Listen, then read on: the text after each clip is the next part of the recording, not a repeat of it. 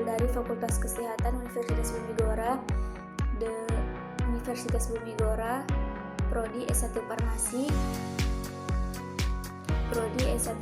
semester 4. Video ini saya buat sebagai tugas akhir mata kuliah Kimia Medisinal 2 dengan judul Kardiovaskular Antihipertensi pada vasodilator arteri, vasodilator vena arteriola, dan kalsium.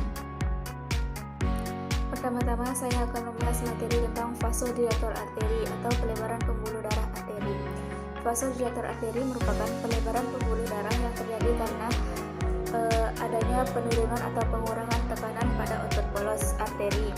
Vasodilator arteri bekerja dengan mengadakan relaksasi otot polos arteriola secara langsung sehingga menyebabkan vasodilatasi pembuluh darah perifer dan menyebabkan penurunan tekanan darah. Adapun obat vasodilator arteri yaitu hidralazin, dihidrolazin HCl, dan minoxidil.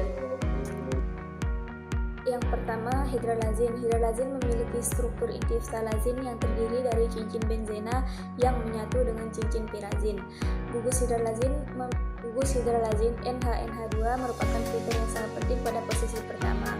Hidralazin berinteraksi dengan reseptor dan enzim dalam otot polos pembuluh darah sehingga menyebabkan relaksasi otot polos dan pelebaran pembuluh darah.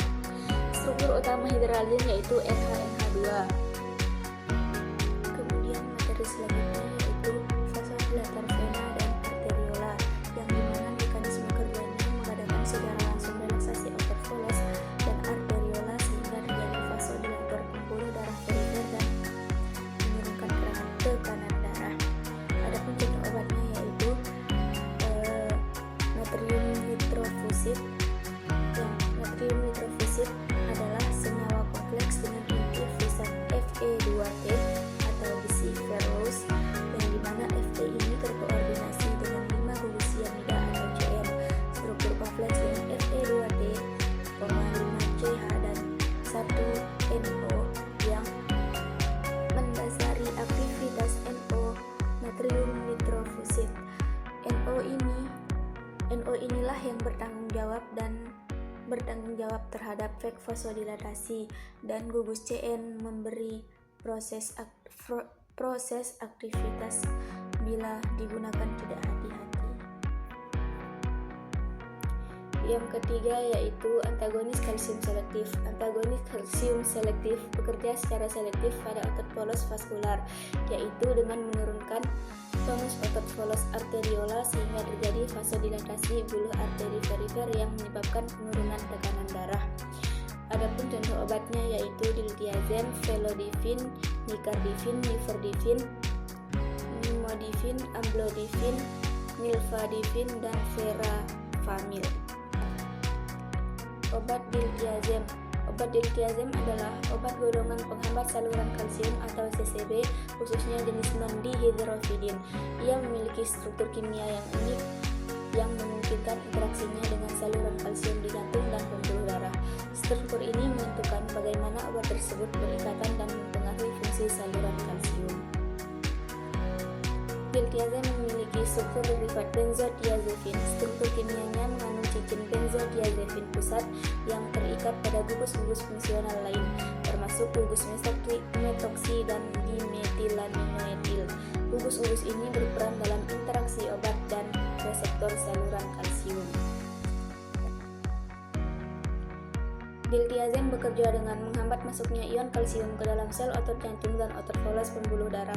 Ini dilakukan dengan cara berikatan secara kompetitif dengan reseptor saluran kalsium tipe L.